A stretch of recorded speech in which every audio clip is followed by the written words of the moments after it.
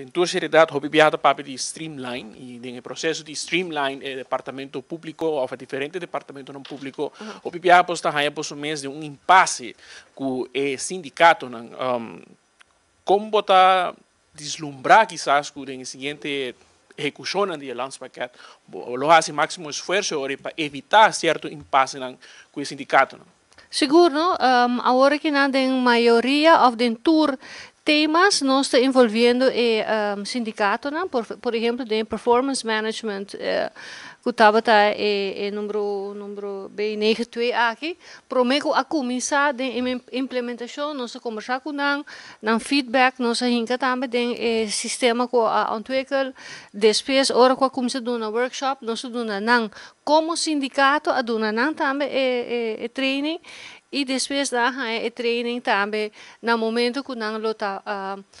como trabalhador de departamento. Dus cada viagem, agora que tem tema, nós lo vai e conversar com o sindicato.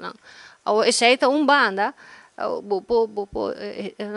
hibanang junto com de cambio aqui, pero se te queda com dolor sapato de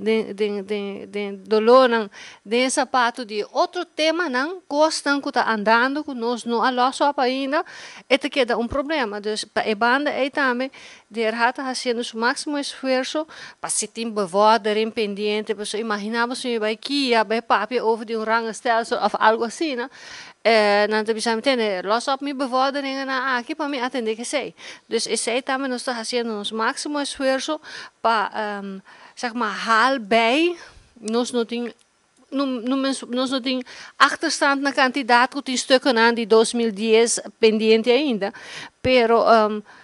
dus nós estamos fazendo o máximo para atender que costam que pota tá dinang atenção para não ter problema na caminho. Dus zij nos te purba die ta hopi open kunang nang punto nang te worden meegenomen den